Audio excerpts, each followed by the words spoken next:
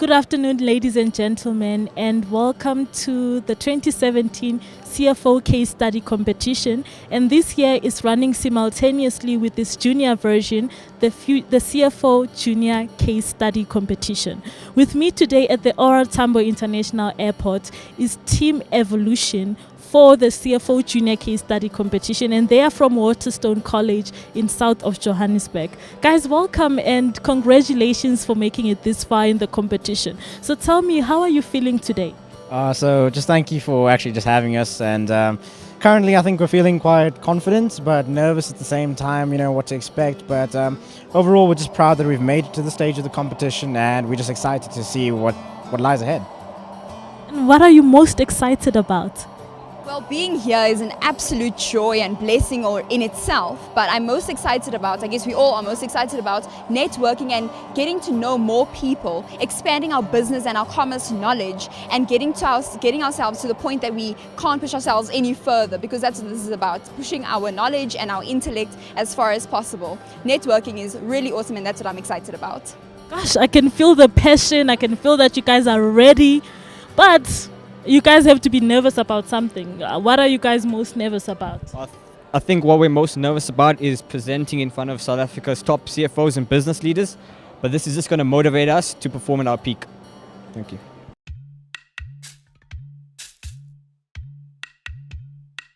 The Amango case, researched, designed and developed by the CharterQuest Institute, is based on a real-world multinational business within the global metal and mining industry. It simulates the strategic decisions its group CFO and board faced or potentially faces. The group is faced with the complex interplay of strategic threats, weaknesses and opportunities, some of which are embedded with serious ethical dilemmas, involving compelling individuals and powerful stakeholders that create a context for significant organizational change. The board has published a 3-year viability statement and turnaround strategy with emphasis on 4 policy objectives. 1. Restructure the portfolio. 2. Deleverage the balance sheet. 3. Drive operational discipline. And 4.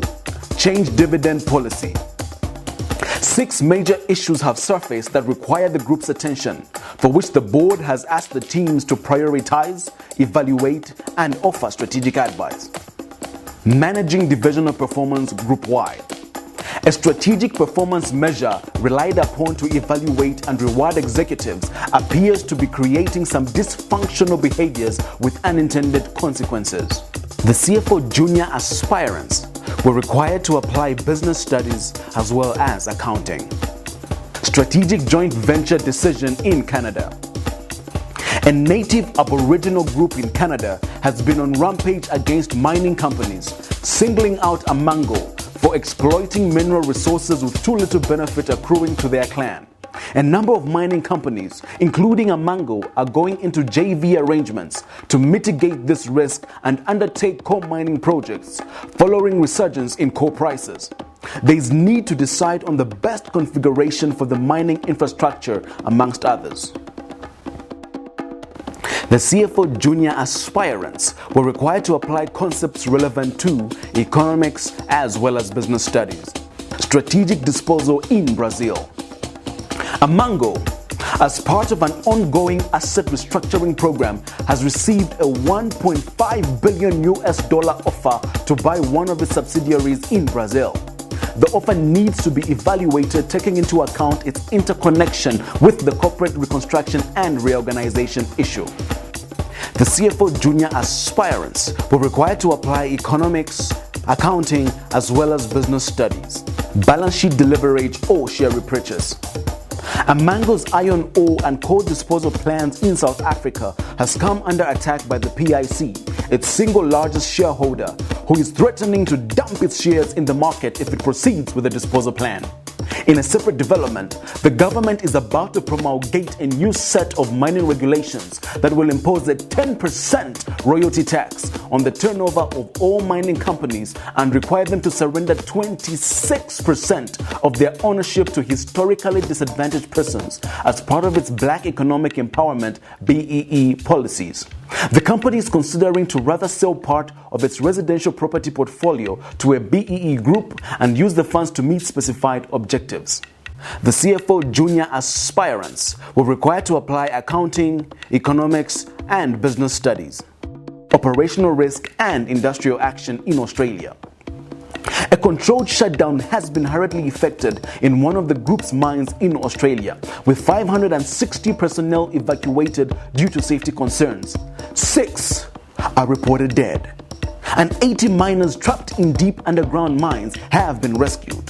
The incident has invited us notice to strike from the trade unions, and there is a protected strike that is already in motion. The CFO junior aspirants were required to apply accounting and business studies, corporate reconstruction and reorganization. There is a fierce board debate over the strategic direction of the group, impacting on the decision as to which businesses to sell and which ones to keep. The CFO junior aspirants were required to apply accounting and business studies. Best wishes to the teams.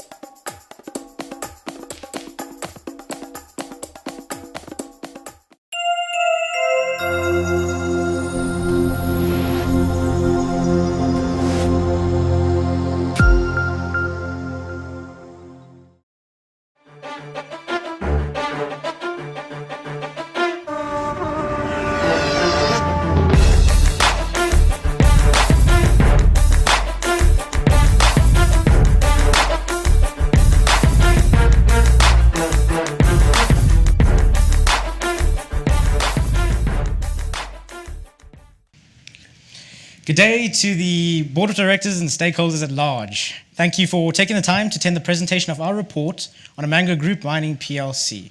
We are Team Evolution from Waterstone College. My name is Saihil Rechawanda and I am team leader. Good day, my name is Christopher Govender. Good day. My name is Thela Arendsen. The mining industry is extremely volatile. This can be observed through continuous fluctuations in commodity prices. Thus, it is imperative that unique, workable strategies are provided, whilst analyzing the strengths, weaknesses, opportunities, and threats of each circumstance, and simultaneously aiming to achieve the key goals identified. Please refer to the physical copies of the reports provided in order to follow with regard to graphs, tables, ratios, calculations, and overall content that may appear unclear on the slides. Problem 1. Managing divisional performance group-wide. As a result of subsidiary executives earning little to no bonuses, they are postponing standard service schedules, retrenching workers from mines that are still viable, and not recording material financial transactions. Our suggestions are as follows. To reevaluate the current system, Bonuses for subsidiary executives should be linked to what they can control. For example, production costs and production volumes. The board should also add KPIs directly linked to SHEQ and the overall performance of the group. To increase sales, the subsidiary executives should look into product beneficiation by aiming to enter the downstream sectors. The HR department can also update the company's rules and procedures, and any violation of these procedures would result in immediate dismissal. A more serious repercussion is the increase of bureaucracy in the system. This means the company is not agile enough to tackle bottlenecks and/or changes in the internal and external systems. A flatter structure is preferred as it eliminates big earners of no value.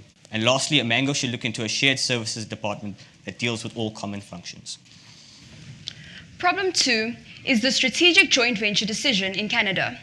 Amango is unsure of which infrastructure to construct and implement as to resume coal mining in Canada, as several issues and factors need to be taken into consideration. The designs are as follows.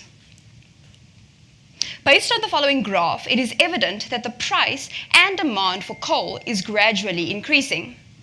Our suggestions are as follows. The wisest decision would be design 1.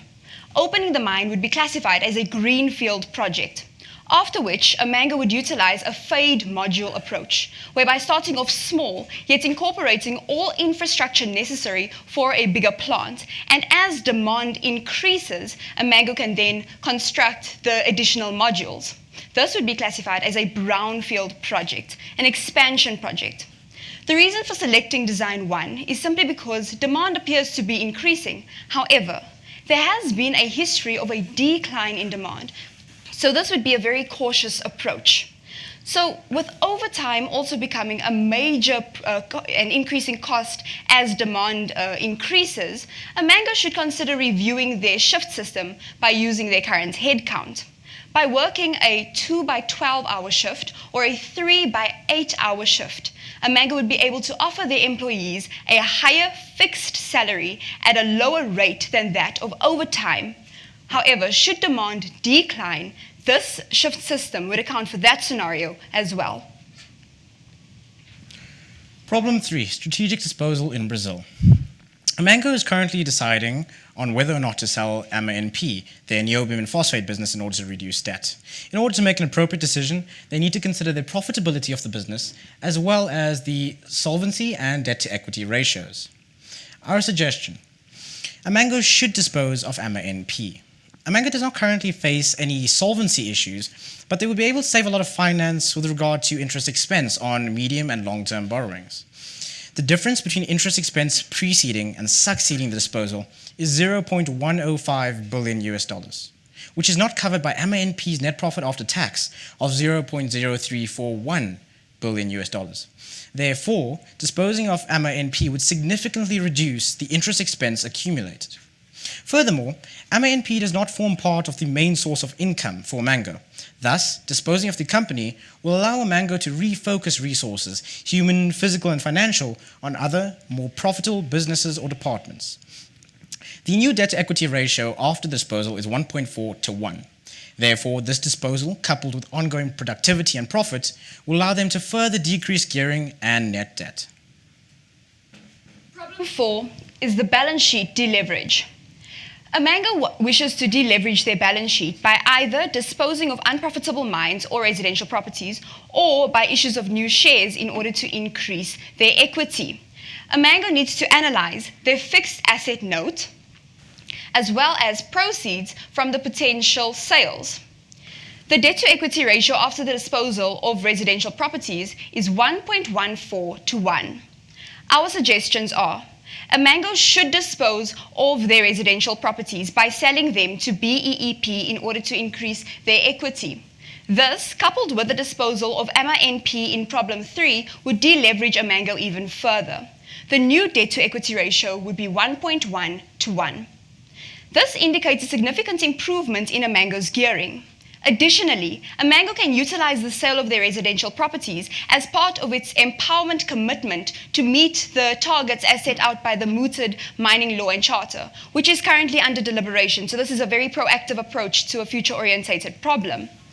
Furthermore, Amango should dispose of their unprofitable mines unless the offer is for less than that of the book value.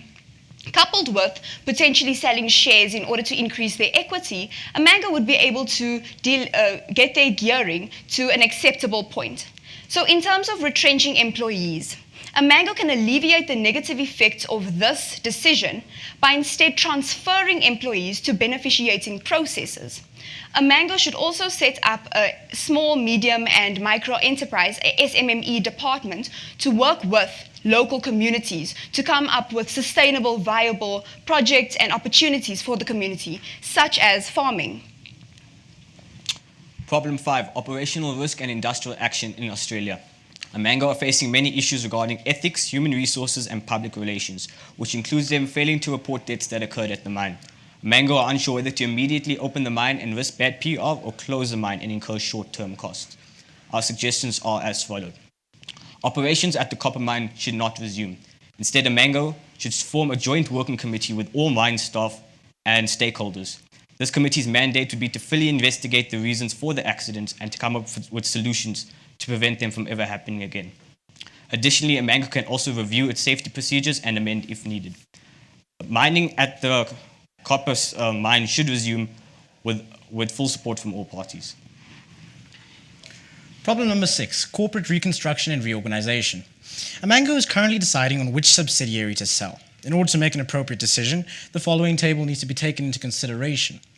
From this and this following table, it is seen that Nickel Limited provides the lowest revenue on all corporate planes. Therefore, our suggestion, Amango should dispose of Nickel Limited, as the following graph indicates continuous fluctuations with a negative outlook. The sale of the subsidiary would be based on the amount of capital employed, coupled with the goodwill factor, or based on the forecasted nickel price multiplied by in situ reserves in order to maximize profits. Amango wishes to achieve 3 key objectives over the next 3 years in order to turn around the business. The first of which is the radical portfolio restructuring. Based on the current performance, Amango should dispose of their niobium and phosphate, nickel, coal, corporate and other, and iron ore and manganese subsidiaries. Amango should keep platinum, diamonds, and copper, as they have the largest share of the total market in these 3 commodities. However, in these 3 commodities, Amango should focus on decreasing capital employed, improving efficiencies, and lowering costs. The second major challenge is operational discipline. Staff issues are going to be critical for Amango. Therefore, Amango should first consider reskilling and transferring staff where feasible. Where retrenchments are absolutely necessary, they should first consider natural attrition and voluntary packages. The third major problem is protecting the balance sheet. This will be achieved through the asset disposal as addressed in problem 3, coupled with the disposal or divestiture of unprofitable mines, redundant residential properties, and the issuing of shares in order to increase equity as addressed in problem 4. Our solutions and strategies provided to resolve these problems are all interlinked, allowing for the synchronized attainment of the overall vision statement with minimal expenses incurred. Thank you.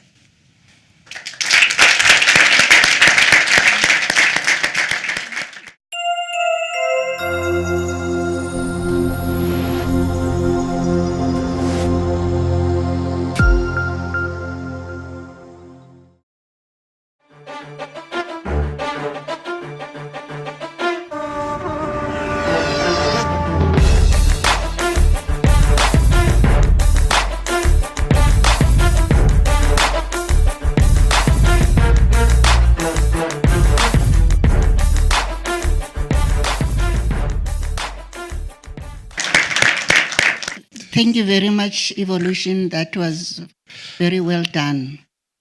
You have been able to tackle each and every problem in this case study. And you have given us some solutions for each and every problem.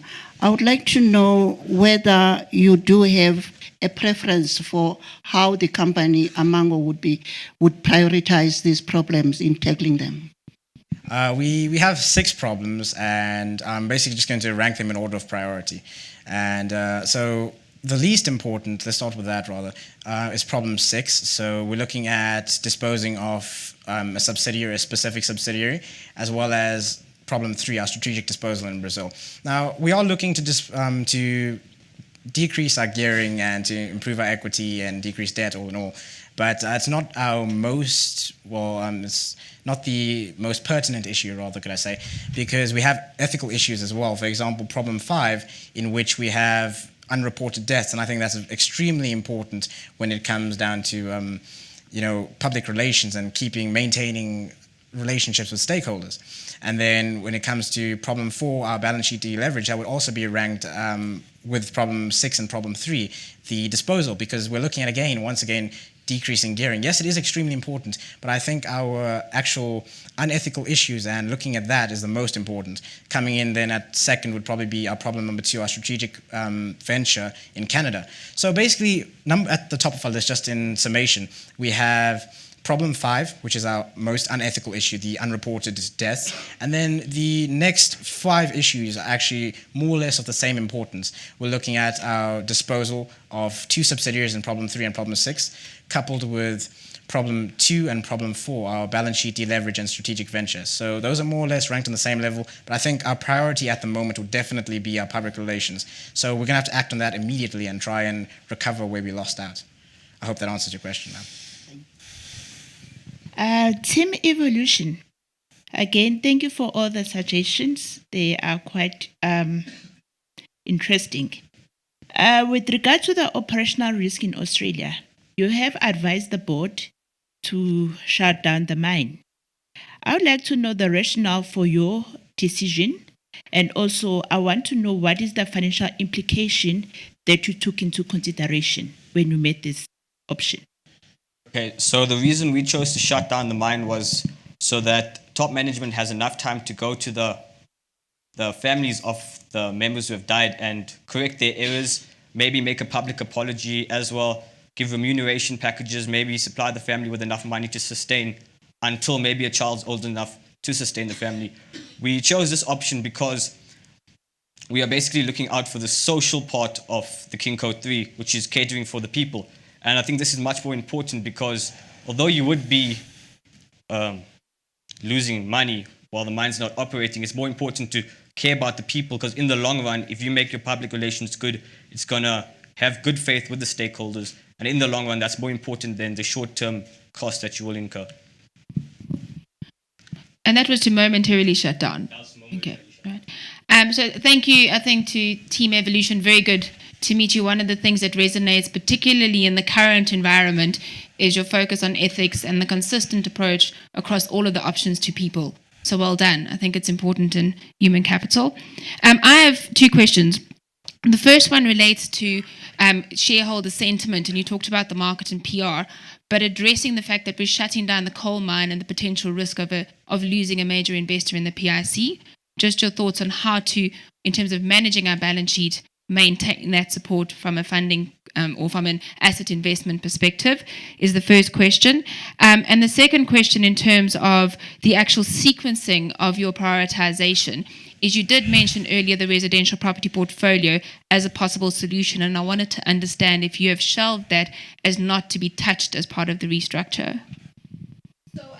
Of our balance sheet deleverage, we've decided to use all of these 3 options as results, and to use these to deleverage our balance sheet as to maintain PIC as one of our major investors by disposing of our unprofitable mine. Firstly, we've decided that we'd like to dispose of our keep our residential properties and dispose of the unprofitable mines, as these mines aren't making any money, and by having an asset that is not being beneficial to our business, it is losing more money than could be generated. So that would be the first thing, to dispose of our unprofitable mines, and thereafter look at the disposal of residential properties, because even though the people may be the employees who would have been working in these mines, they may have problems finding new places of employment. They still are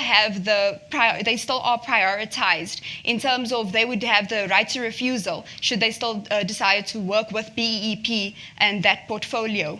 It's still important for us to maintain PIC as an investor, and this is why we are trying to weigh up our options and look at the total debt debt to equity ratio and decide what would be the best way possible to reduce debt and capital employed in order to maintain a sustainable business practice and operating in a sustainable manner while trying to still tackle the risks that may still pop up here and there.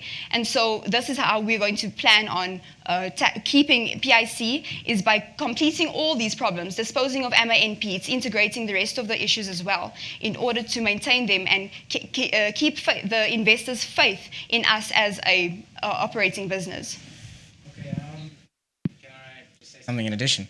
So one of your questions is also asking how we're going to get funding. So your two questions are actually quite, they're interdependent, if you will. See, the second question asks, are we actually using our residential properties in our portfolio restructuring? And yes, we are, because in order for us to, well, not in order for us to, if we're going to dispose of the mines, those residential properties are not going to be of any value to us. So yes, they will be an asset in our books, but they're not going to be sweating in essence. They won't actually be utilized. So what we're going to do is we're going to sell or dispose of our unprofitable mines simultaneously with our residential properties, use that funding to fund our business and operating expenses and such if we do lose the investor in the process. And selling shares is also an option at the same time. The reason we're not looking at debt, on the other hand, or liabilities, things of that sort, borrowing more money, is because Mango is currently raised as junk status, which makes obtaining credit very difficult at the moment. So we're looking at more raising equity and trying to decrease debt while running our business and making profit all at the same time.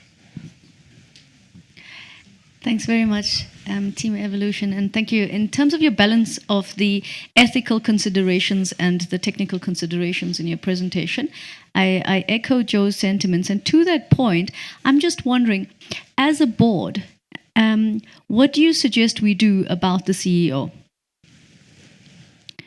In terms of him not necessarily sharing and falsifying the records around the safety considerations and the deaths in Australia? So our recommendation would be that the CEO does get a warning, maybe not immediately fired, but the bigger thing would be a Mango can support families who want to take legal action against the CEO. And a Mango should be behind those families because at the end of the day, it was the CEO's fault. But however the legal case goes, it goes. Thank you for that. Thank you.